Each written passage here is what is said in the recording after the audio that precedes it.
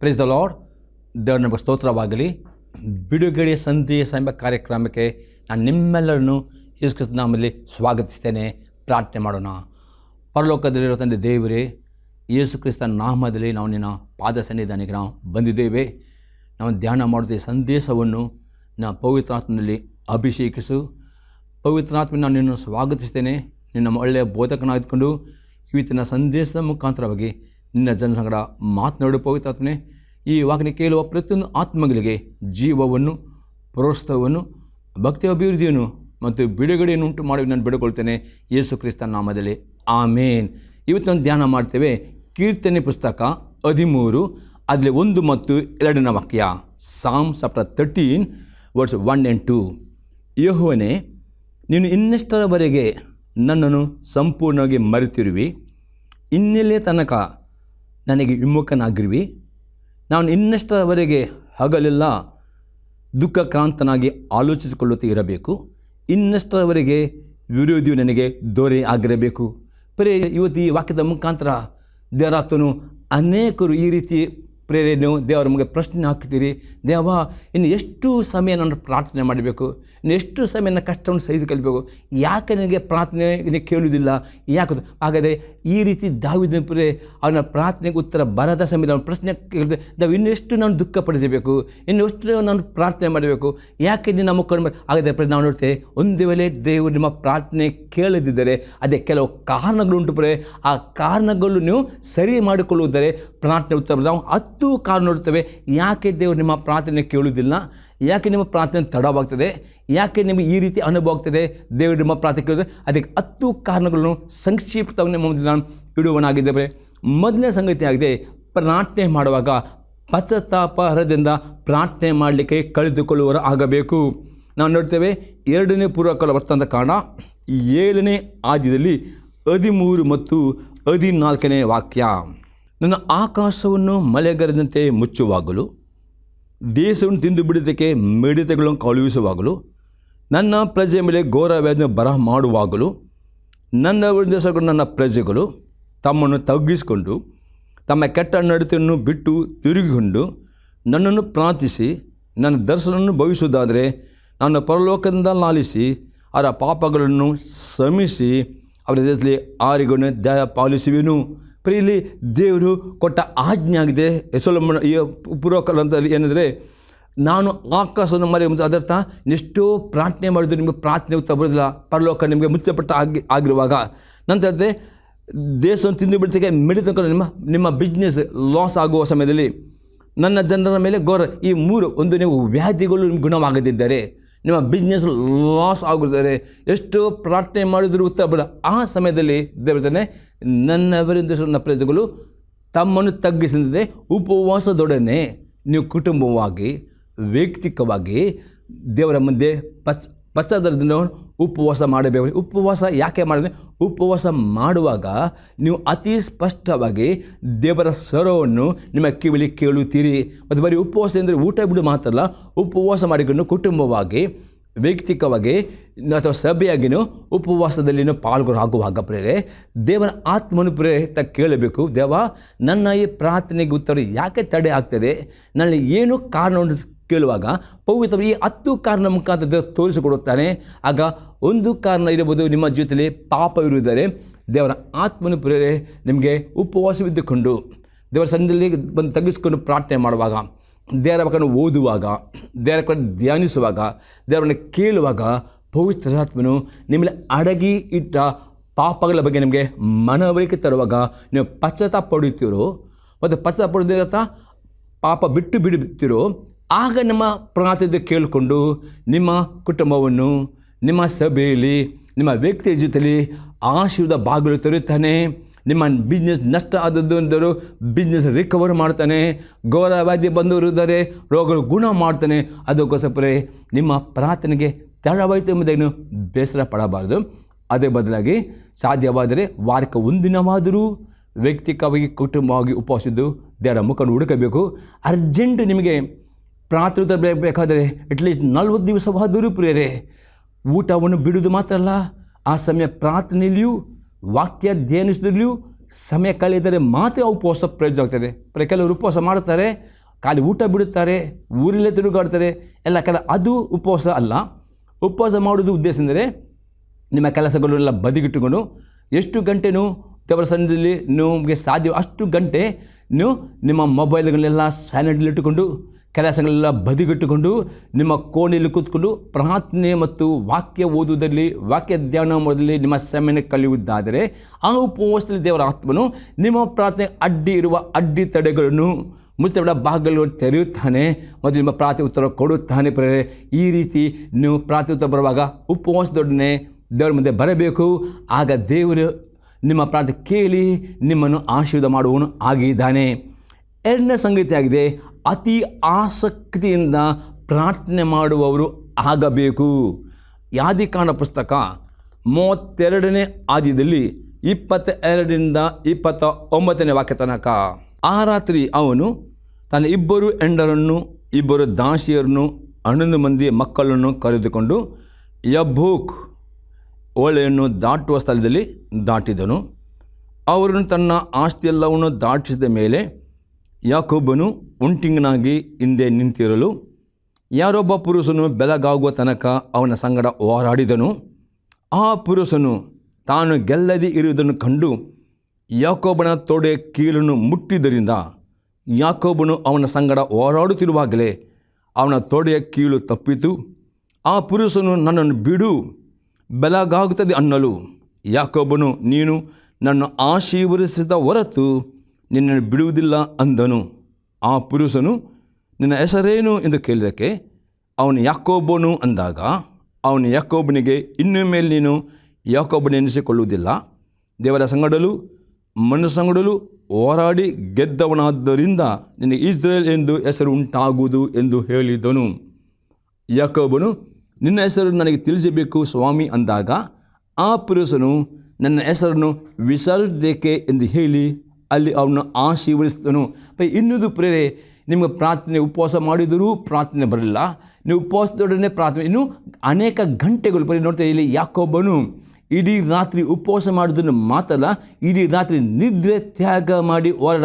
ಅನೇಕರು ಉಪವಾಸ ಎಂದರೆ ಊಟ ಬಿಡುತ್ತಾರೆ, ಸ್ವಲ್ಪ 1 ಗಂಟೆ ಪ್ರೇಯರ್ ಮಾಡ್ತಾರೆ, ಹಾಗೆಲ್ಲ ಉಪವಾಸ ಮಾಡೋದ್ರಿಂದ ಅರ್ಥನೇ ಊಟ ಬಿಡೋದು ಮಾತ್ರ ಅಲ್ಲ, ಆ ಪ್ರಾರ್ಥನೆಗೆ ಅಟ್ಲೀಸ್ಟ್ ಒಂದು 6 ಗಂಟೆ ಆದರೂ ಪ್ರೇರೆ ಆ ಒಂದು ಸಮಯವನ್ನು ಸ್ಯಾಕ್ರಿಫೈಸ್. ಇಲ್ಲಿ ಏನಾದರೂ ಯಾಕೋಬನು ಇಡೀ ರಾತ್ರಿ ಉಪವಾಸ ಮಾಡಿದನು, ಉಪವಾಸದಲ್ಲಿ ಮಲಗಲಿಲ್ಲ, ಇಡೀ ರಾತ್ರಿ ಅವನಂದರೆ ರಾತ್ರಿಯಿಂದ ಬೆಳಗಿನ ಜಾವ ತನಕ ಅವನು ಪ್ರಾರ್ಥನೆಯಲ್ಲಿ ಹೋರಾಟ ಮಾಡಿದ ಯಾರೊಟ್ಟಿಗೆ ದೇವದೂತರೊಂದಿಗೆ ದೇವರಿಗೆ ಹೋರಾಟ ಮಾಡಿ ಗೆದ್ದುಕೊಂಡು. ಇವತ್ತು ಪ್ರೇರೆ ನಿಮಗೆ ಆಶೀರ್ವಾದ ಬರಬೇಕಾದರೆ ನೀವು ಪ್ರಾರ್ಥನೆ ಹೋರಾಟ ಮಾಡಬೇಕು.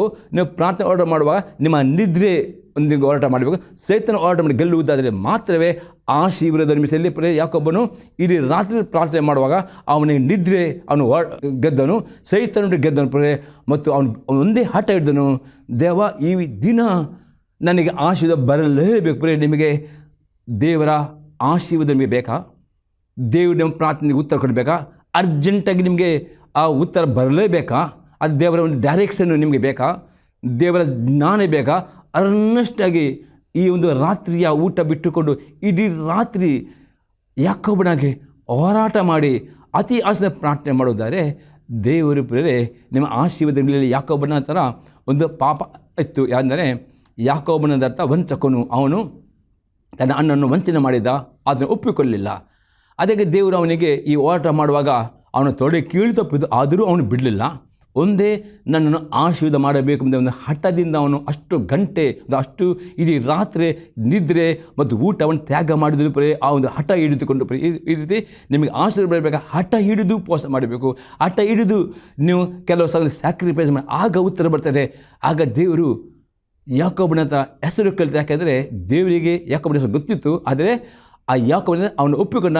ನಾನು ನನ್ನ ಅಣ್ಣನನ್ನು ವಂಚನೆ ಮಾಡೋದು ಒಪ್ಪಿಕೊಂಡ ನಂತರ ದೇವರದೇ ಇನ್ನು ನಿನಗೆ ಯಾಕೋಬನ ಹೆಸರು ನಿನ್ನ ಇಸ್ರೇಲ್ ಎಂಬುದಾಗಿ ಅವನು ಆಶೀರ್ವಾದ ಮಾಡಿದವನು. ಹಾಗಾದರೆ ಇವತ್ತು ದೇವರ ಆತ್ಮನು ತೋರಿಸ್ಕೊಂಡು ಅನೇಕರು ಪ್ರಾರ್ಥನೆ ಮಾಡ್ತೀರಿ, ಉತ್ತರ ಬರಲಿಲ್ಲ ಎಂಬುದಾಗಿ ನೀವು ಸೋತು ಹೋಗಿದ್ದೀರಿ, ಬೇಸರ ಪಟ್ಟಿದ್ದೀರಿ, ಗುಡುಗುಟ್ಟಿರಿ. ಹಾಗೆ ಮಾಡಬೇಡ್ರಿ. ನಿಮ್ಗೆ ಉತ್ತರ ಅರ್ಜೆಂಟ್ ಬೇಕಾ? ಈ ರೀತಿ ಉಪವಾಸದೊಡನೆ ಅನೇಕ ಗಂಟೆಗಳು ಹೋರಾಟ ಮಾಡಿ ನಿದ್ರೆಯೊಟ್ಟಿಗೆ ಸೈತನ್ನು ಹೋರಾಟ ಮಾಡಿ ನೀವು ಗೆದ್ದು ಪ್ರಾರ್ಥನೆ ಮಾಡುವುದಾದರೆ 100% ದೇವರು ನಿಮ್ಮ ಪ್ರಾರ್ಥನೆಗೆ ಉತ್ತರ ಕೊಡುವವನು ಆಗಿದ್ದಾನೆ. ಅದೇ ಉತ್ತರ ಬರುವ ತನಕ ಮಾತ್ರ ಪ್ರಾರ್ಥನೆ ಮಾಡಬೇಕು. ಪ್ರಿಯಲ್ಲಿ ಅವನು ಒಂದೇ ರಾತ್ರಿ ಒಟ್ಟು ಅವನು ಇಡೀ ರಾತ್ರಿ ಓಟ ಮಾಡಿದನು.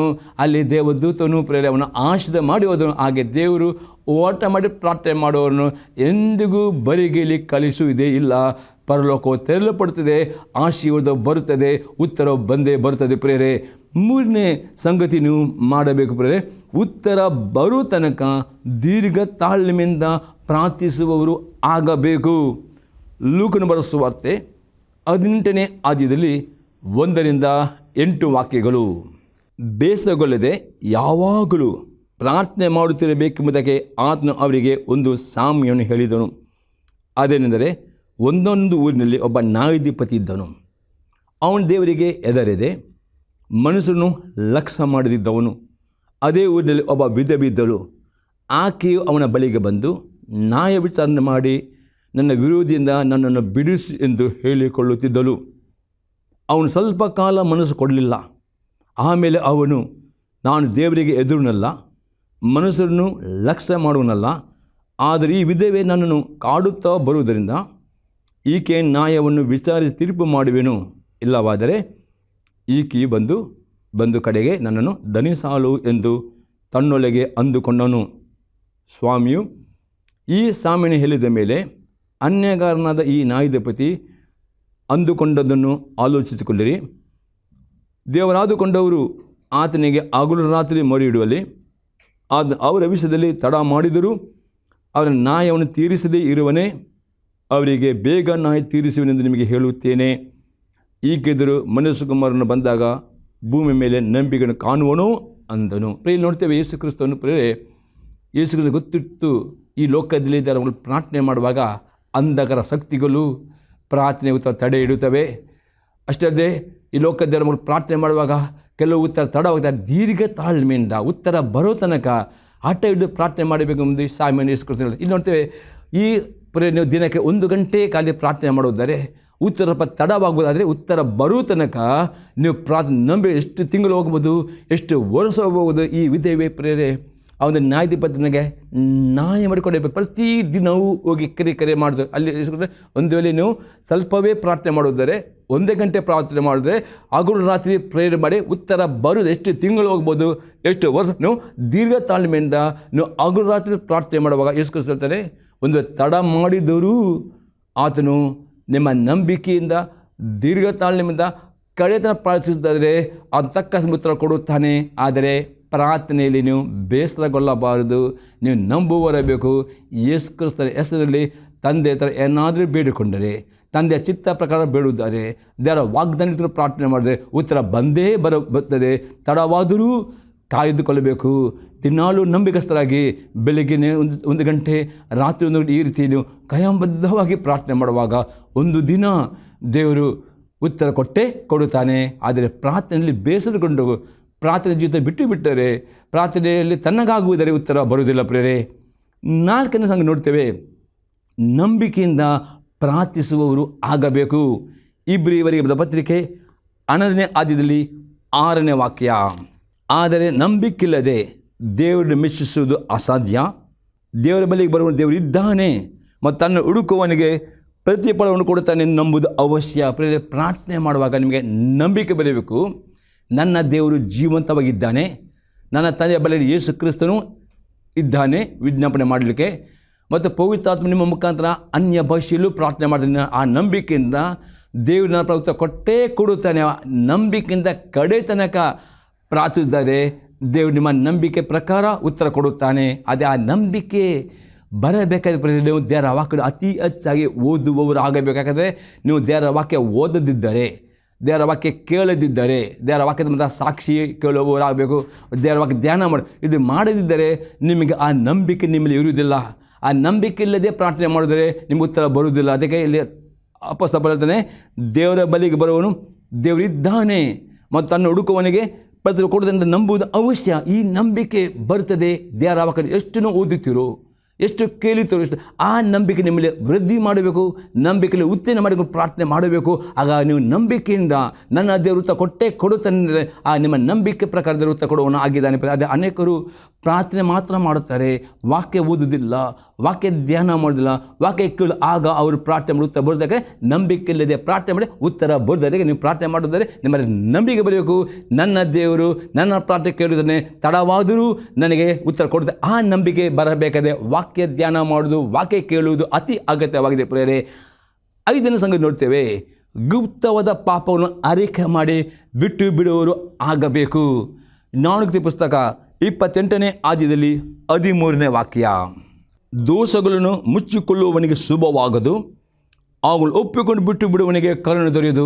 ಬರೀ 5ನೇ ಸಂಗತಿ ಇದೆ, ನೀವು ಪ್ರಾರ್ಥನೆ ಉತ್ತರ ಬರಬೇಕಾದರೆ ನಿಮ್ಮಲ್ಲಿರುವ ಪಾಪಗಳನ್ನು ಬಚ್ಚಿಡುವರಾಗಬಾರ್ದು. ನಿಮ್ಮಲ್ಲಿ ಪಾಪ ಉಂಟು ಅಂತ ಗೊತ್ತಾಯಿತು, ಇಮಿಡಿಯೇಟ್ ಪಾಪ ಒಪ್ಪಿಕೊಳ್ಳಬೇಕು ಮತ್ತು ಬಿಟ್ಟು ಬಿಡುವರಾಗಬೇಕು. ಬರೀ ಅನೇಕರು ಪಾಪವನ್ನು ಒಪ್ಪಿಕೊಳ್ಳುತ್ತಾರೆ, ಅರಿಕೆ ಮಾಡಿದ್ರೆ ಅದು ಬಿಟ್ಟು ಬಿಡುವುದಿಲ್ಲ, ಅಲ್ಲಿಗೆ ಪ್ರೇರೆ ಅವರು ಪತ್ಯ ಈ ರೀತಿ ಇದ್ದರೆ ದೇವರು ಉತ್ತರ ಕೊಡುವುದ. ದೇವರ ವಾಕ್ಯತೆ ದೋಷಗಳನ್ನು ಮುಚ್ಚಿಕೊಳ್ಳುವನು ಶುಭವುದು, ಅವಳು ಒಪ್ಪಿಕೊಂಡು ಬಿಟ್ಟು ಬಿಟ್ಟರೆ ಮಾತ್ರವೇ. ಕಾರಣ ನಿಮ್ಮ ಪಾಪದ ಜೀವಿತವನ್ನು ಬಿಟ್ಟು ಬಿಡಬೇಕು, ಪಾಪದ ನಡೆದು ಬಿಟ್ಟು ಬಿಟ್ಟರೆ ಮಾತ್ರ ಉತ್ತರ ಬರುತ್ತೆ. ಅದರಲ್ಲಿ ಪಾಪ ಬಿಟ್ಟು ಬಿಡುವುದಿಲ್ಲವೋ, ಎಷ್ಟು ಪ್ರಾರ್ಥನೆ ಮಾಡಿದ್ರು ಸಹ ದೇವರು ಕಾದುಕೊಳ್ಳುತ್ತಾನೆ. ಎಷ್ಟು ನಿಮ್ಮ ಪಾಪನ ಹಾಗೆ ಮಾಡ್ತಿರೋ ಪಾಪ ಬಿಟ್ಟು ಆವಾಗ ಉತ್ತರ ಅದಕ್ಕೆ ನಿಮ್ಮ ಪ್ರಾರ್ಥನೆ ಉತ್ತರ ಬರಬೇಕಾ. ನಿಮ್ಮ ಜೀವಿತದ ಪಾಪ ಸ್ವಭಾವವನ್ನು, ಕೆಟ್ಟ ಸ್ವಭಾವವನ್ನು, ದೇವರಿಗೆ ಮೆಚ್ಚಿಕೆರಿದ ಗುಣಗಳನ್ನು ಬಿಟ್ಟು ಬಿಡಿರಿ, ಆಗ ನಿಮ್ಮ ಪ್ರಾರ್ಥನೆ ಕೊಡುವನಾಗಿದ್ದಾನೆ. 6ನೇ ಸಂಗತಿ ನೋಡ್ತೇವೆ, ದೇವರ ಪ್ರತಿಯೊಂದು ಆಜ್ಞೆಗಳನ್ನು ಕೈಕೊಂಡು ನಡೆಯುವರು ಆಗಬೇಕು. 1ನೇ ಯೋಹನ ಪತ್ರಿಕೆ 3ನೇ ಅಧ್ಯಾಯದಲ್ಲಿ 22ನೇ ವಾಕ್ಯ, ಮತ್ತು ನಾವು ಆತನ ಆಜ್ಞೆಗಳನ್ನು ಕೈಕೊಂಡು ಆತ ಎಣಿಕೆಯಲ್ಲಿ ಮೆಚ್ಚಿಕೆಯಾದ ಕಾರ್ಯಗಳನ್ನು ಮಾಡುವರಾಗಿರುವುದರಿಂದ ಏನು ಬೇಡಿಕೊಂಡರೂ ಆತನ ಹೊಂದುವೆವು. 6ನೇ ಸಂಗತಿಯಾಗಿದೆ, ನೀವು ಪ್ರಾರ್ಥನೆ ಮಾಡಿದ ಹಾಗೆ ಆತನ ಆಜ್ಞೆಗಳನ್ನು ಹುಡುಕಿಕೊಂಡು ಪ್ರತಿಯೊಂದು ಆಜ್ಞೆಗಳನ್ನು ಕೈಕೊಂಡು, ಖಾಲಿ 1-2 ಮಾತ್ರ ಅಲ್ಲ, ಖಾಲಿ 10 ಆಜ್ಞೆ ಮಾತ್ರ ಅಲ್ಲ, ಹೊಸ ಒಡಂಬಡಿಕೆಯಲ್ಲಿ 1030 ಆಜ್ಞೆಗಳನ್ನು ಯೇಸು ಕ್ರಿಸ್ತ ಹೊಸ ಒಡಂಬಡಿಕೆಯಲ್ಲಿ ನಾವು ನೋಡುತ್ತೇವೆ. ಹೊಸ ಒಡಂಬಡಿಕೆಯಲ್ಲಿ ಆಗದೆ ನೀವು ಖಾಲಿ 10 ಆಜ್ಞೆ ಮಾತ್ರ ಅಲ್ಲ, ಅನೇಕ ಆಜ್ಞೆ ಹೊಸ ಒಡಂಬಡಿಕೆ, ಆ ಪ್ರತಿಯೊಂದು ಆಜ್ಞೆಗಳನ್ನು ಕೈಕೊಂಡು ನಡೆದುಕೊಂಡು ದೇವರು ಮೆಚ್ಚುವ ಕ್ರಿಯೆ, ನಿಮ್ಮ ಕೆಲಸ ಆಗ್ಬೋದು, ನಿಮ್ಮ ಪ್ರಾರ್ಥನೆ ಆಗ್ಬೋದು, ನಿಮ್ಮ ಉಪವಾಸ ಆಗ್ಬೋದು, ನಿಮ್ಮ ದಾನ ಧರ್ಮ ಆಗ್ಬೋದು, ಪ್ರತಿಯೊಂದು ದೇವರು ಮೆಚ್ಚುವ ಕ್ರಿಯೆ ಮಾಡುವುದು ಏನು ಬೇಡಿಕೊಂಡರೂ ಆತನಿಂದ ಹೊಂದಿಕೊಳ್ಳುತ್ತೀರಿ. ಆದರೆ ನೀವು ಪ್ರಾರ್ಥನೆ ಮಾಡುವಾಗ ದೇವರ ಆಜ್ಞೆಗೆ ಅವಿಧೇಯರಾಗಿ ಇದ್ದುಕೊಂಡು ಪ್ರಾರ್ಥನೆ ಮಾಡಿದರೆ ಆ ಅವಿಧೇಯತೆಯು ನಿಮ್ಮ ಪ್ರಾರ್ಥನೆ ತಡೆ ಇಡ್ತದಕ್ಕೆ ದೇವರಾಗಿ ಉತ್ತರ ಕೊಡಬೇಕಾ. ದೇವರ ಅತಿ ಹೆಚ್ಚಾಗಿ ಓದಿರಿ, ಆಜ್ಞೆಗಳನ್ನು ಗಮನಿಸಿರಿ, ಪ್ರತಿ ಆಜ್ಞೆಗೆ ವಿಧೇಯರಾಗಿರಿ, ಆತನ ಮೆಚ್ಚುವ ಕ್ರಿಯೆ ಮಾಡಿರಿ, ಆಗ ನಿಮ್ಮ ಪ್ರಾರ್ಥನೆ ಉತ್ತರ ಬರುತ್ತದೆ. 7ನೇ ಸಂಗತಿಯಾಗಿದೆ, ಹೃದಯಪೂರ್ವಕವಾಗಿ ಕ್ಷಮೆಯನ್ನು ಕೊಡುವವರು ಆಗಬೇಕು. ಮತ್ತಾಯನ ಬರೆದ ಸುವಾರ್ತೆ 6ನೇ ಅಧ್ಯಾಯದಲ್ಲಿ 12, 14, 15ನೇ ವಾಕ್ಯ, ನಮಗೆ ತಪ್ಪು ಮಾಡಿದವರನ್ನು ನಾವು ಕ್ಷಮಿಸಿದಂತೆ ನಮ್ಮ ತಪ್ಪುಗಳನ್ನು ಕ್ಷಮಿಸು. ನೀವು ಜನರ ತಪ್ಪುಗಳನ್ನು ಕ್ಷಮಿಸಿದರೆ ಪರಲೋಕದಲ್ಲಿರುವ ನಿಮ್ಮ ತಂದೆಯು ನಿಮ್ಮ ತಪ್ಪುಗಳನ್ನು ಕ್ಷಮಿಸುವನು. ನೀವು ಜನರ ತಪ್ಪುಗಳನ್ನು ಕ್ಷಮಿಸದೆ ಹೋದರೆ ನಿಮ್ಮ ತಂದೆ ಸಹ ನಿಮ್ಮ ತಪ್ಪುಗಳನ್ನು ಕ್ಷಮಿಸುವುದಿಲ್ಲ. ಪ್ರೇರೆ, ಇದು ಇನ್ನೊಂದು ಬ್ಲಾಕ್ ಆಗಿದೆ. ನೀವು ಪ್ರಾರ್ಥನೆ ಮಾಡುವಾಗ ಯಾರ ಬಗ್ಗೆಯೂ ಪ್ರೇರೆ, ದೇವರ ಮಕ್ಕಳ ಬಗ್ಗೆ ಆಗಬಹುದು, ಅನ್ಯರ ಬಗ್ಗೆ, ಯಾರ ಬಗ್ಗೆ ಯಾವ ದುಃಖವನ್ನು, ಯಾವ ದ್ವೇಷವನ್ನು, ಯಾವ ಕೈ ನೆನಪನ್ನು ಇಟ್ಟುಕೊಂಡರೆ ನಿಮ್ಮ ಪ್ರಾರ್ಥನೆಗೆ ಉತ್ತರ ಅಡ್ಡಿ ಆಗ್ತದೆ ಮತ್ತು ದೇವರು ನಿಮ್ಮನ್ನು ಕ್ಷಮಿಸುವುದಿಲ್ಲ. ಅದಕ್ಕೋಸ್ಕರ ನಿಮ್ಮ ಪ್ರಾರ್ಥನೆ ಉತ್ತರ ಬರಬೇಕಾದ್ರೆ ನೀವು ಪ್ರಾರ್ಥನೆ ಮಾಡುವಾಗ ಯಾರ ಬಗ್ಗೆ ನಿಮಗೆ ನೋವು ಇರುವುದಾದರೆ, ಯಾರ ಬಗ್ಗೆ ಕೈ ನೆನಪಿರುವುದಾದರೆ, ಯಾರ ಮೇಲೆ ಅನ್ಯಾಯ ಮಾಡುವುದಾದರೆ, ಮೋಸ ಮಾಡುವುದಾದರೆ, ವಂಚನೆ ಮಾಡುವುದಾದರೆ, ದೇವರ ಮುಖವನ್ನು ನೋಡಿಕೊಂಡು, ದೇವ ನಿನ್ನ ಮುಖವನ್ನು ನೋಡಿಕೊಂಡು ಅವರನ್ನು ಕ್ಷಮಿಸಿರಿ. ಆಗ ದೇವರು ನಿಮ್ಮ ಪಾಪ ಕ್ಷಮಿಸ್ತಾನೆ. ಆಗ ನಿಮ್ಮ ಪ್ರಾರ್ಥನೆ ಉತ್ತರ. ಅನೇಕರು ಪ್ರಾರ್ಥನೆ ಮಾಡ್ತೀರಿ, ಆದರೆ ಕೆಲವರ ಹೃದಯದಲ್ಲಿ ಕೆಲವೊಂದು ಕೈ ಭಾವನೆ, ಕೈ ನೆನಪು ಅವರು ವರ್ಷಗಟ್ಟಿಟ್ಟುಕೊಳ್ಳುತ್ತಾರೆ. ಅದನ್ನ ಅವರು ಮರೆತು ಬಿಡುವುದಿಲ್ಲ.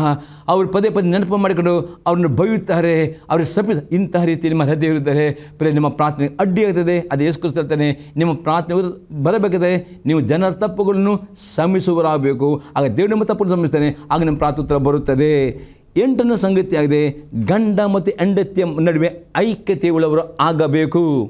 ಪೇತ್ರನು ಬರೆದ 1ನೇ ಪತ್ರಿಕೆ ಅದು 3ನೇ ಅಧ್ಯಾಯದಲ್ಲಿ 6 ಮತ್ತು 7ನೇ ವಾಕ್ಯ, ಸಾರಲು ಹಾಗೆ ಅಬ್ರಹಾಮನಿಗೆ ವಿಧೇಯನಾಗಿದ್ದು ಅವನನ್ನು ಯಜಮಾನ ಎಂದು ಕರೆದಳು ಎಂದು ಬರೆದಿದೆ. ನೀವು ಸಾರಲ ಕುಮಾರ್ತೆಗಳಿಗಿದ್ದೀರಲ್ಲ. ನಿಮ್ಮ ಕುಟುಂಬದಲ್ಲಿ ದೇವರ ಕಾರ್ಯ ಮಾಡಬೇಕಾ? ಕುಟುಂಬದಲ್ಲಿ ಬಿಡುಗಡೆ ಬರಬೇಕಾ? ಕುಟುಂಬವನ್ನು ದೇವರ ಆಶೀರ್ವಾದ ಮಾಡಬೇಕಾ? ನೀವು ಸ್ತ್ರೀಯರು, ಹೆಂಡತಿಯರು, ನಿಮ್ಮ ಹೃದಯಪೂರ್ವಕವಾಗಿ ನಿಮ್ಮ ಗಂಡನನ್ನು ಪ್ರೀತಿಸುವರಾಗಬೇಕು. ನಿಮ್ಮ ಗಂಡನ ಅಧಿಕಾರಕ್ಕೆ ವಿಧೇಯರಾಗಬೇಕು. ನಿಮ್ಮ ಗಂಡನನ್ನು ನಿಮ್ಮ ಯಜಮಾನ ಎಂದು ಅವರಿಗೆ ಗೌರವ ಕೊಡುವರಾಗಬೇಕು. ಎರಡನೇದಾಗಿ ನೋಡ್ತೇವೆ 7ನೇ ವಾಕ್ಯದಲ್ಲಿ, ಅದೇ ರೀತಿಯಾಗಿ ಪುರುಷರೇ, ಸ್ತ್ರೀಯು ಪುರುಷನಿಗಿಂತ ಬಲಹೀನಳೆಂಬುದನ್ನು ಜ್ಞಾಪಕ ಮಾಡಿಕೊಂಡು ನಿಮ್ಮ ಹೆಂಡತಿಯರ ಸಂಗಡ ವಿವೇಕದಿಂದ ಒಗ್ಗತನ ಮಾಡಿರಿ. ಅವ್ರ ಜೀವವರೆಗೆ ನಿಮ್ಮೊಂದಿಗೆ ಬಾಧ್ಯರಾಗಿದ್ದನ್ನು ತಿಳಿದು ಅವರಿಗೆ ಮಾನವನ್ನು ಸಲ್ಲಿಸಿರಿ. ಹೀಗೆ ನಡೆದರೆ ನಿಮ್ಮ ಪ್ರಾರ್ಥನೆಗಳಿಗೆ ಅಡ್ಡಿ ಇರುವುದಿಲ್ಲ. ಅದೇ ರೀತಿಯಲ್ಲಿ ಅಪರಿಪತ್ರ ಹೇಳ್ತಾನೆ, ನೀವು ಗಂಡನಾದವರು ನಿಮ್ಮ ಹೆಂಡತಿ ಯಾವ ಕ್ಷೇತ್ರಗಳು ಬಲಹೀನ ಉಂಟೋ ಆ ಬಲಹೀನತೆಯಲ್ಲಿ ನೀವು ಅವರನ್ನು ಸುಧಾರಿಸಿಕೊಂಡು ಹೋಗಬೇಕು. ಆ ಬಲಹೀನತೆಯಲ್ಲಿ ಅವರ ಮನಸ್ಸನ್ನು ನೋಯಿಸದೆ ಪ್ರೀತಿಪೂರ್ವಕವಾಗಿ ಅವರ ಬಲವನ್ನು ಅರ್ಥ ಮಾಡಿಕೊಂಡು ಅವರನ್ನು ಗೌರವಿಸಿಕೊಂಡು ಅವರ ಸಂಗಡ ನೀವು ಒಂದಾಗಿಕೊಂಡು ಅವರನ್ನು ಪ್ರೀತಿ ಮಾಡಿಕೊಂಡು ಅವರೊಂದಿಗೆ ಐಕ್ಯತೆಯಲ್ಲಿ ಇದ್ದುಕೊಂಡು ಅವರ ಜೊತೆಯಲ್ಲಿ ಸೇರಿ ಪ್ರಾರ್ಥನೆ ಮಾಡಲಿಕ್ಕೆ ಕಲಿತುಕೊಂಡು ಆ ಗಂಡ ಹೆಂಡತಿ ಒಂದು ಮನಸ್ಸಿನಿಂದ, ಒಂದೇ ಹೃದಯದಿಂದ, ಒಂದೇ ಶರೀರದಿಂದ ಪ್ರಾರ್ಥನೆ ಮಾಡುವುದರೆ ಆ ಪ್ರಾರ್ಥನೆಯು ಯಾವ ಸಹಿತನ್ನು ಅಡ್ಡಿ ಮಾಡಲಿಕ್ಕೆ ಆಗುವುದಿಲ್ಲ ಅಂತ ಪ್ರಾರ್ಥನೆ ಬರುತ್ತದೆ. ಅನೇಕ ಕುಟುಂಬಗಳಲ್ಲಿ ಕೂಗುತ್ತಾ ಇದ್ದೀರಿ, ಅನೇಕ ಕುಟುಂಬಗಳು ಕೂಗುತ್ತಾ ಇದ್ದೀರಿ. ಹೌದು, ನಿಮ್ಮ ಕುಟುಂಬದಲ್ಲಿ ಉದ್ಧಾರವಿಲ್ಲ, ನಿಮ್ಮ ಕುಟುಂಬದ ಸಮಾಧಾನವಿಲ್ಲ, ನಿಮ್ಮ ಕುಟುಂಬದಲ್ಲಿ ಬಿಡುಗಡೆ ಇಲ್ಲ, ನಿಮ್ಮ ಕುಟುಂಬದಲ್ಲಿ ರೋಗ ತಪ್ಪುವುದಿಲ್ಲ, ಸಮಸ್ಯೆ ಮೇಲೆ ಸಮಸ್ಯೆ, ಸಾಲ ಮೇಲೆ. ಇದಕ್ಕೆ ಕಾರಣ ನಿಮ್ಮ ಗಂಡ ಹೆಂಡತಿ ಮಧ್ಯೆ ಈ ಒಂದು ಐಕ್ಯತೆ. ಒಂದು ಹೆಂಡತಿ ಆದವಳು ತಮ್ಮ ಗಂಡನನ್ನು ತನ್ನ ಯಜಮಾನ ಎಂಬುದಾಗಿ ಗೌರವ ಕೊಡಬೇಕು ಮತ್ತು ಗಂಡನಿಗೆ ಅಧೀನಲಾಗಬೇಕು. ಅದೇ ಗಂಡನು ಸಹ ತನ್ನ ಹೆಂಡತಿ ಬಲಹೀನಲು ಯಾವ ರೀತಿಯಲ್ಲಿ ನಿಮ್ಮ ಹೆಂಡತಿ ಬಲಹೀನಲು ಆ ರೀತಿ ಅವರನ್ನು ಪ್ರೀತಿ ಮಾಡಬೇಕು. ಅವರನ್ನು ನೋಯಿಸುವರಾಗಬಾರ್ದು, ಅವರನ್ನು ತೀರ್ಪು ಮಾಡುವರಾಗಬಾರ್ದು. ಪ್ರೀತಿಯಿಂದ ಅವರನ್ನು ಸುಧಾರಿಸಿಕೊಂಡು ಅವರಿಗೆ ಗೌರವವನ್ನು ಕೊಡಬೇಕು, ಅವರೊಟ್ಟಿಗೆ ಐಕ್ಯತೆಯನ್ನು ಕಾಪಾಡಬೇಕು, ಅವರನ್ನು ಒಂದೇ ಶರೀರವಾಗಬೇಕು. ಈ ರೀತಿ ನೀವು ಅವರಿಗೆ ಒಂದಾಗಿಕೊಂಡು ಪ್ರೀತಿಪೂರ್ವಕವಾಗಿ ಸೇರಿ ಪ್ರಾರ್ಥನೆ ಮಾಡಿದರೆ ಆ ಕುಟುಂಬ ಪ್ರಾರ್ಥನೆ ಕೇಳಿಕೊಂಡು ಆ ಕುಟುಂಬದಲ್ಲಿರುವ ಉದ್ಧಾರ, ಬಿಡುಗಡೆ, ಆಶೀರ್ವಾದ, ಪರಲೋಕದ ಅನುಭವ, ಮಕ್ಕಳು ಆಶೀರ್ವಾದ ಒಂದು ತರುವುದು. ಅನೇಕ ಕುಟುಂಬದಲ್ಲಿ ಮಕ್ಕಳು ಕೆಟ್ಟದಾಗಿರುವುದ ಕಾರಣ ಗಂಡ ಹೆಂಡತಿ ಮೇಲೆ ಐಕ್ಯತೆ ಇಲ್ಲದ ಆತ್ಮನೇ ಅನೇಕರು ಪ್ರಾರ್ಥನೆ ಮಾಡ್ತಾರೆ, ದೇವ ಯಾಕೆ ನನ್ನ ಪ್ರಾರ್ಥನೆ ಕೇಳೋದಿಲ್ಲ, ಯಾಕೆ ನನ್ನ ಕುಟುಂಬ ಉದ್ಧಾರ ಹೋಗೋದಿಲ್ಲ, ಏನು ಶಾಪ ಉಂಟು ಎಲ್ಲ ಶಾಪ ಮುರಿಯುತ್ತದೆ. ಗಂಡ ಹೆಂಡತಿಯವರು ಏಕಮನಸ್ಸಾಕೊಂಡು ಒಂದೇ ಶರೀರ, ಒಂದೇ ಪ್ರಾಣ, ಒಂದೇ ಆತ್ಮ ಪ್ರೀತಿನ ಐಕ್ಯವಾಗಿ ನಿಮ್ಮ ಪ್ರವೃತ್ತಿ ಬರುತ್ತದೆ ಪೇತ್ರನು ಹೇಳುವನಾಗಿದ್ದಾನೆ. 9ನೇ ಸಂಗತಿ ಆಗಿದೆ, ದೇವರ ಚಿತ್ತದ ಪ್ರಕಾರ ಪ್ರಾರ್ಥನೆ ಮಾಡುವವರು ಆಗಬೇಕು. 1ನೇ ಯೋಹನ ಬರೆದ ಪತ್ರಿಕೆ 5ನೇ ಅಧ್ಯಾಯದಲ್ಲಿ 14 ಮತ್ತು 15ನೇ ವಾಕ್ಯ, ನಾವು ದೇವರ ಚಿತ್ತಾನುಸಾರವಾಗಿ ಏನಾದರೂ ಬೇಡಿಕೊಂಡರೆ ಆತನು ನಮ್ಮ ವಿಜ್ಞಾಪನೆಯನ್ನು ಕೇಳುತ್ತಾನೆಂಬ ಧೈರ್ಯವು ಆತನ ವಿಷಯವಾಗಿ ನಮಗುಂಟು. ನಾವು ಏನು ಬೇಡಿಕೊಂಡರೂ ಆತನು ನಮ್ಮ ವಿಜ್ಞಾಪನೆ ಕೇಳುತ್ತಾನೆಂಬುದು ನಮಗೆ ಗೊತ್ತಾಗಿದ್ದರೆ ನಾವು ಬೇಡಿದವುಗಳು ಆತನಿಂದ ನಮಗೆ ದೊರೆಯುತ್ತೆ ಎಂಬುದು ನಮಗೆ ಗೊತ್ತಾಗಿದೆ. ಅಪೊಸ್ತಲನು ಹೇಳ್ತಾನೆ, ನೀವು ಪ್ರಾರ್ಥನೆ ಮಾಡುವಾಗ ದೇವರ ಚಿತ್ತದ ಪ್ರಕಾರ ಪ್ರಾರ್ಥನೆ ಮಾಡಬೇಕು. ದೇವರ ಚಿತ್ತದ ಪ್ರಾರ್ಥನೆ ಮಾಡೋದು ಅರ್ಥವಾಗಿದೆ. ನೀವು ಪ್ರಾರ್ಥನೆ ಮಾಡುವಾಗ ದೇವರ ವಾಕ್ಯದ 1,000,000 ಜಾಸ್ತಿ ವಾಗ್ದಾನಗಳು ಉಂಟು. ಅದೇ ವಾಕ್ಯ ದಿನಾಲು ಬೈಬಲ್ ಕ್ರಮಬದ್ಧ ಓದಿರಿ. ಅದೇ ವಾಗ್ದಾನಗಳನ್ನು ನೋಟ್ ಮಾಡಿ ಆ ನಿಮ್ಮ ಪ್ರಾರ್ಥನೆ ಒಂದು ವಾಗ್ದಾನವನ್ನು ತೆಗೆದುಕೊಂಡು ನಾವು ಈ ವಾಗ್ದಾನುಸಾರವಾಗಿ ನನಗೆ ಉತ್ತರ ಕೊಡೋದು ಪ್ರಾರ್ಥನೆ ಮಾಡಿದರೆ ವಾಗ್ದಾನ ಮಾಡ್ತಿದ್ದರೆ ನಂಬಿಕಸ್ತನು ವಾಗ್ದಾನ ಪ್ರಾರ್ಥನೆ ಮಾಡಿದರೆ ಅದರ ಉತ್ತರ ಬಂದೇ ಬರ್ತದೆ. ಅದು ದೇವರ ಚಿತ್ತದ ಪ್ರಕಾರ ಪ್ರಾರ್ಥನೆ ಮಾಡುವುದು ಆಗಿದೆ. ಇನ್ನೊಂದು ಅರ್ಥವಾಗಿದೆ, ನೀವು ಯೇಸು ನಂಬಿಕೆ ಇಟ್ಟುಕೊಂಡು ನೀರನ್ನೇ ಮುಳುಗಿ ತೆಗೆದುಕೊಳ್ಳುವುದಾದರೆ ದೇವರು ನಿಮಗೆ ಪವಿತ್ರಾತ್ಮ ಮೂಲಕ ಪ್ರಾರ್ಥನೆಯ ಭಾಷೆ, ಅನ್ಯ ಭಾಷೆ ಎನ್ನುವುದನ್ನು ಕೊಡುತ್ತಾನೆ. ಈ ಅನ್ಯ ಭಾಷೆ ಆಗಿದೆ. ರೋಮಾಪುರದ ಬರೆದ ಪತ್ರಿಕೆ 8ನೇ ಅಧ್ಯಾಯದಲ್ಲಿ 26-20 ವಾಕ್ಯದಲ್ಲಿ ಅಪೊಸ್ತಲನು ಹೇಳ್ತಾನೆ, ಹಾಗೆ ನಮ್ಮ ಆಸಕ್ತಿ ನೋಡಿಕೊಂಡು ಪವಿತ್ರಾತ್ಮನಿಗೆ ಸಹಾಯ ಮಾಡ್ತಾನೆ. ಮಾತಿಲ್ಲದಂಥ ನರಳಾಟದಿಂದ ನಮಗೋಸ್ಕರ ಆತನು ಬೇಡುತ್ತಾನೆ. ಆ ಅನ್ಯ ಭಾಷೆಯಲ್ಲಿ ಸಹ ನೀವು ಬುದ್ಧಿಯಲ್ಲಿ ಪ್ರಾರ್ಥನೆ ಮಾಡಿ ಅನ್ಯ ಭಾಷೆ ಇರ್ತಾ ಅತಿ ಹೆಚ್ಚಾಗಿ ಪ್ರಾರ್ಥನೆ ಮಾಡುವಾಗ ಪವಿತ್ರಾತ್ಮನ ನೀವು ಬುದ್ಧಿಯಲ್ಲಿ ಬಿದ್ದ ಪ್ರಾರ್ಥನೆ ದೇವರ ಚಿತ್ತ ಪ್ರಕಾರ ಪ್ರಾರ್ಥನೆ ಮಾಡಿ. ದೇವರ ಚಿತ್ತ ಪ್ರಕಾರ ನೀವು ಏನು ಪ್ರಾರ್ಥನೆ ಮಾಡಿದ್ರು 100% ಉತ್ತರ ಬರುತ್ತದೆ. ಒಂದು ವೇಳೆ ನಿಮ್ಮ ಪ್ರಾರ್ಥನೆಯು ದೇವರ ಚಿತ್ತ ಪ್ರಕಾರ ಇಲ್ಲದಿದ್ದರೆ ಉತ್ತರ ಬರುವುದಿಲ್ಲ. ನಿಮ್ಮ ಪ್ರಾರ್ಥನೆಯು ದೇವರ ಚಿತ್ತ ಪ್ರಕಾರ ವಾಗ್ದಾನ ತೆಗೆದು ಪ್ರಾರ್ಥನೆ ಮಾಡಿ ಅನ್ಯ ಭಾಷೆಯಲ್ಲಿ ಪ್ರಾರ್ಥನೆ ಆಗ ದೇವರ ಚಿತ್ತ ಪ್ರಕಾರ ಮಾಡೋ ಪ್ರತಿಯೊಂದು ಪ್ರಾರ್ಥನೆಗೆ ಉತ್ತರ ಬಂದೇ ಬರುತ್ತದೆ. ಲಾಸ್ಟ್ 10ನೇ ಪಾಯಿಂಟ್ ಆಗಿದೆ, ನಿಮ್ಮ ಪ್ರಾರ್ಥನೆ ಉತ್ತರ ಬರುವ ತನಕ ಎಲ್ಲ ಸನ್ನಿವೇಶದಲ್ಲಿ ದೇವರು ಸ್ತುತಿ ಯಜ್ಞವನ್ನು ಸಮರ್ಪಿಸುವವರು ಆಗಬೇಕು. ಕೀರ್ತನೆ 50ನೇ ಕೀರ್ತನೆಯಲ್ಲಿ 23ನೇ ವಾಕ್ಯ, ಯಾರು ಸ್ತುತಿ ಯಜ್ಞವನ್ನು ಸಮರ್ಪಿಸುತ್ತಾರೋ ಅವರೇ ನನ್ನನ್ನು ಗೌರವಿಸುವರು. ಪ್ರೇರೆ, ನಿಮ್ಮ ಪ್ರಾರ್ಥನೆ ಉತ್ತರ ಬರುವ ತನಕ ಯಾವ ಸನ್ನಿವೇಶ ನೋಡಿ ಗುಣಗಿಟ್ಟಬೇಡಿ, ಯಾವ ಗುಣಗಿಟ್ಟಬೇಡಿ, ಅಪನಂಬಿಕೆ ಮಾತನಾಡಬೇಡಿ, ನಕಾರಾತ್ಮಕ. ಅದಕ್ಕೆ ಬದಲಾಗಿ ಎಲ್ಲ ಸನ್ನಿವೇಶದಲ್ಲಿ ನಿರಂತರವಾಗಿ ಪ್ರಾರ್ಥನೆ ಮಾಡಿದಾಗೆ ಪ್ರಾರ್ಥನೆ ಉತ್ತರ ಬಂದಿದೆ ಎಂಬುದಾಗಿ ನಂಬಿಕೆ ಸ್ತೋತ್ರ ಮಾಡಿರಿ, ಸ್ತುತಿ ಮಾಡಿರಿ, ದೇವನ ಆರಾಧಿಸಿರಿ, ನಂಬಿಕೆ ಮುಖದ ವಾಗ್ದಾನ ಅರಿಕೆ ಮಾಡಿರಿ. ಎಷ್ಟು ನೀವು ದೇವನ ಸ್ತುತಿಸ್ತಿರೋ, ಎಷ್ಟು ನೀವು ಕೊಂಡಾಡಿತಿರೋ, ಎಷ್ಟು ದೇವರ ವಾಕ್ಯವನ್ನು ಅರಿಕೆ ಮಾಡ್ತಿರೋ, ಆವಾಗ ನಿಮ್ಮ ಪ್ರಾರ್ಥನೆ ಈ ರೀತಿ 10 ಸಂಗತಿಗಳು ನೀವು ನೆನಪಿಟ್ಟುಕೊಳ್ಬೇಕು. ನಿಮ್ಮ ಪ್ರಾರ್ಥನೆ ಉತ್ತರ ಬೇಕಾದ ಆಗ ಯಾವುದೇ ಪ್ರಾರ್ಥನೆ ಅಡ್ಡಿ ಆಗದೆ ಉತ್ತರ ಬಂದೇ ಬರ್ತದೆ. ದೇವರು ನಿಮ್ಮನ್ನು ಆಶೀರ್ವಾದ ಮಾಡಲಿ. ಏನಾದರೂ ನಿಮಗೆ ಪ್ರಶ್ನೆ ಇರುವುದಾದರೆ ನಿಮ್ಮ ಪ್ರಾರ್ಥನೆ ನಮಗೆ ತಿಳಿಸಿರಿ, ನಿಮಗೆ ನಾವು ಪ್ರಾರ್ಥನೆ ಮಾಡ್ತೇವೆ. ಈ ವಾಕ್ಯನ ಉತ್ತರ ನಿಮ್ಮ ಅಭಿಪ್ರಾಯ ತಿಳಿಸಿರಿ, ಪ್ರಾರ್ಥನೆ ಮಾಡೋಣ.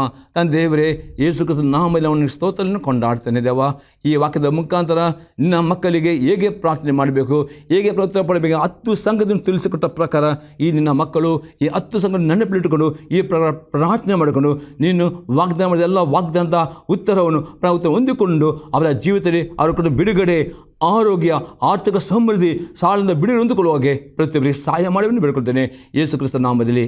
ಆಮೇನ್. ದೇವರು ನಿಮ್ಮನ್ನು ಆಶೀರ್ವಾದ ಮಾಡಲಿ.